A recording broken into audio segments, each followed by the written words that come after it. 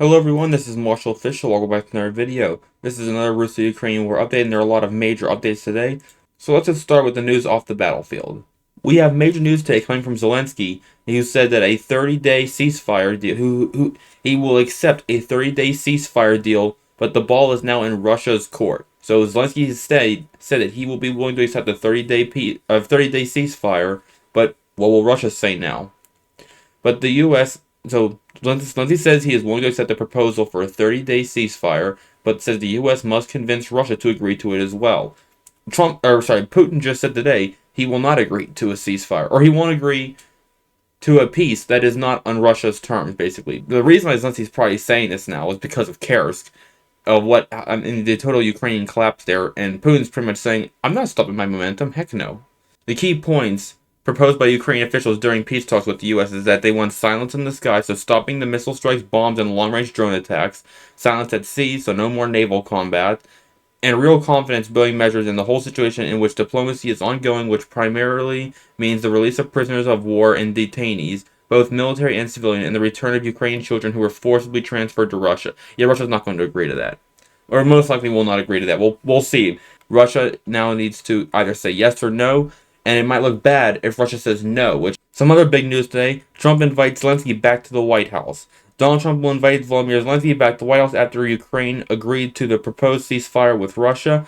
Yeah, so that's obviously Trump obviously probably likes this. He likes that Zelensky is willing to talk about a ceasefire, but we already know what happened the last time Zelensky was in the Oval Office, and that could not have gone worse.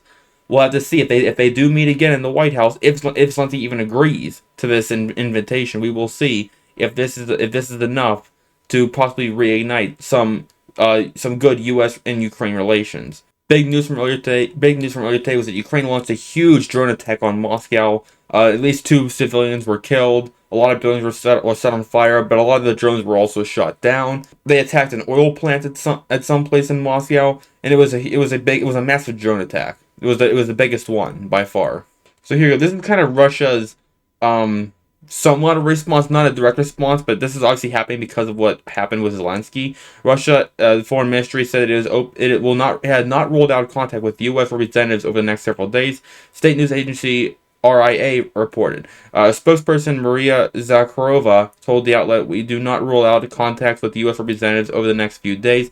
Down here it says that Donald Trump hoped Russia would agree to a ceasefire plan drawn by U.S. and Ukrainian officials. That is exactly what is now the situation. We now have to see what will be Russia's response to this supposed ceasefire that would pause the war for 30 days, give them a chance to maybe talk out a peace. If not, the war will continue when the 30 days ends, or perhaps sooner. And the last thing right here is that Russia had launched an air attack on Kyiv in possible retaliation for Ukrainian's drone strikes on Moscow on Tuesday. Vitaly Klitschko, the mayor of Ukrainian capital, said on Wednesday that the air defense forces were repelling the strikes. Obviously, of course, they're going to say that. Russia said the same thing, so we don't exactly know the scale of the attack, nor do we know how successful it was. But I'm sure we're going to start seeing images very soon.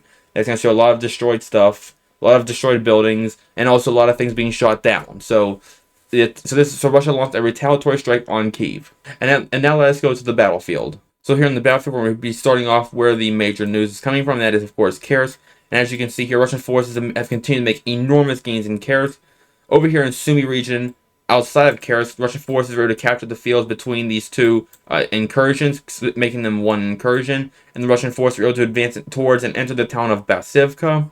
In Kursk itself, Russian forces were able to capture this tree line and this beginning to, is that a lake or a river? Let's say a river. Yeah, they'd be able to capture the beginning part of this river and this tree line right here, and a little bit of the border area right there as well. And as for the bigger news, obviously, the Russian forces have managed to capture every single one of these flags that I put here. This means that a town was captured, and I missed one. This was captured too. This either means a town was captured, or a big part of like a city was captured. That's what these flags are put here for. So 1, 2, 3, 4, 5. I missed this one. 5, 6, 7, 8, 9, 10, 11, 12, 13, 14, 15, 16. 16 villages captured in Kursk today.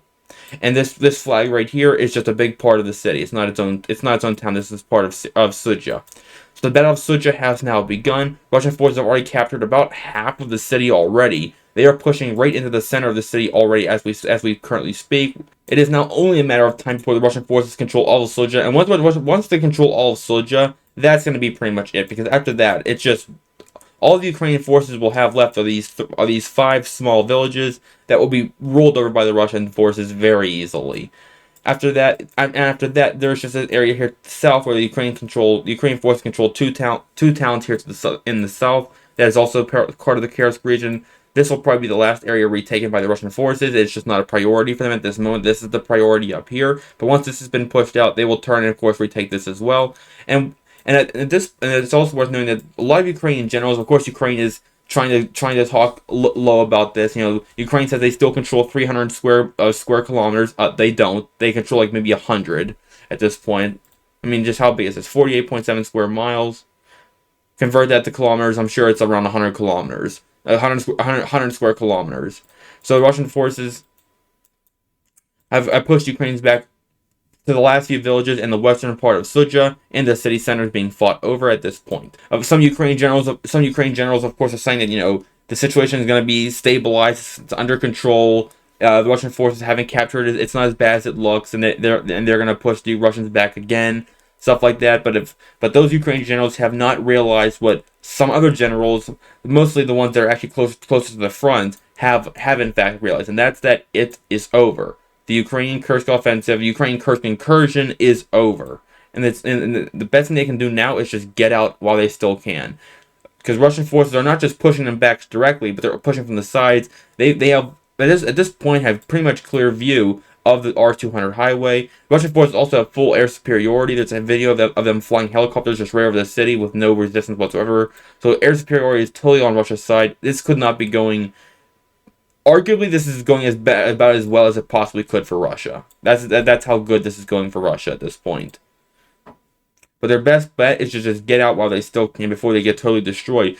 Because what if Russian forces don't stop? And they might just say, like, hey, well, we're gonna fight for Kursk. We're not gonna let them take back Kursk. And if they take it back, well, so what? They'll just go back. They'll just be at the border again. So not a huge loss. This is not Ukrainian territory. This is Russian territory that the Russian forces are now recapturing. So you know what? So Ukraine might be saying, okay, well, we're just gonna fight for it, and once we get destroyed and pushed out, big deal. It doesn't matter. They'll just be at the border again. Well, it is a big deal. What if they don't stop? What if the Russian forces don't stop? They keep on pushing. Once the Russian forces have this huge gathering of troops right here at the border, and the Ukrainians have been totally destroyed, they're just gonna keep going. They'll make a push on to Sumy. So that's why it is very important for the Ukrainians to save what they still can and just get out and pull back to the border. That would be their best bet at this point. It doesn't look like they're doing that, however. It looks like they're determined to fight for Sudzha. At least for Sudzha. Maybe after Sudzha they'll pull back, but they're going to fight for Sudzha. But so far, it ain't going well whatsoever. Let's now move on to some other changes from across the front line. We have some small changes here and there. The Ukrainian forces are ready to capture this part of the forested area to the west of Sinkivka. The Ukrainian forces have been trying to push here and take Sinkivka, and possibly try to retake Sinkivka, which would be a big deal. We know how hard Russian forces fought to take Sinkivka. This small little town held them up for months, even a year, if not more, and they just could not take it. They finally took it. Ukrainian forces look like they might be trying to make an effort to retake it, however. Further here to the south, Russian forces have made a gain here and captured this tree line right up here on the, I guess you'd say this is the Liman front. On the Liman front, Russian forces made a small gain there. Russian forces made an advancement here on the Bilahorivka front / Seversk front. Russian forces made a push out here to the west, capturing a tree line, and then also securing even more so the last area of the last chunk of the Luhansk Oblast in this area. It's now just this gray zone here between these two sides. Once that falls, the Luhansk Oblast will be in Russia's control on this part of the front. After that, it's just a little bit of territory up here and up here, and then the forested area right here. And that's all of Luhansk that remains. Further here to the south, no changes from Chasiv Yar. In fact, the front around Pokrovsk, Turets, and Chasiv Yar has pretty much gone silent almost. And I can almost guarantee it's because Ukraine has pulled troops away from these fronts and sent them up to Kursk. But Chasiv Yar, we have no changes. In Turets, this is actually a big deal because the Ukrainians were just launching a big attack here, but we haven't seen anything from the last couple of days. So we have no advancements here. We do have a small Russian advancement right here capturing the area, the 2 tree lines along this river, and flanking the Ukrainians that made a push along this tree line. Ukrainian forces have made 2 small advances on the Pokrovsk front. I know I said it was basically quiet, and it still kind of is, but we still have a change. It's not a big deal though. But the Ukrainian forces were able to push into more so into Shevchenko, and the Ukrainian forces also were able to capture some, basically just an open field and this little tree line right here. No major changes. Further here to the south, the Ukrainian forces made another 2 small pushes, and they captured 2 tree lines right here to the north of Privilny, and the Ukrainian forces also managed to capture a tree line here to the western part of Privilny. We have some small changes from across Zaporizhia. We have a small Russian gain right here, another small one right there, southeast of Malotokmachka. We have a bigger one right here. Russian forces were able to secure a few tree lines along this area to the south of Orikhiv. And we have a small change that was reported right around here. However, I actually already had that filled in, so I was actually probably incorrect about this because I already had this filled in right here. But this is where the advancement was right here. I already have it filled in. And that is your entire map update. The entire front, besides Kursk, remains relatively quiet, but the situation in Kursk it's basically over for the Ukrainians in Kursk. It has totally collapsed. But anyways, guys, that is your map update. That is your political update. Thank you guys so much for watching. I will see you guys in the next video. Make sure you like, subscribe, hit the bell notification. And I'll see you guys next time. Bye.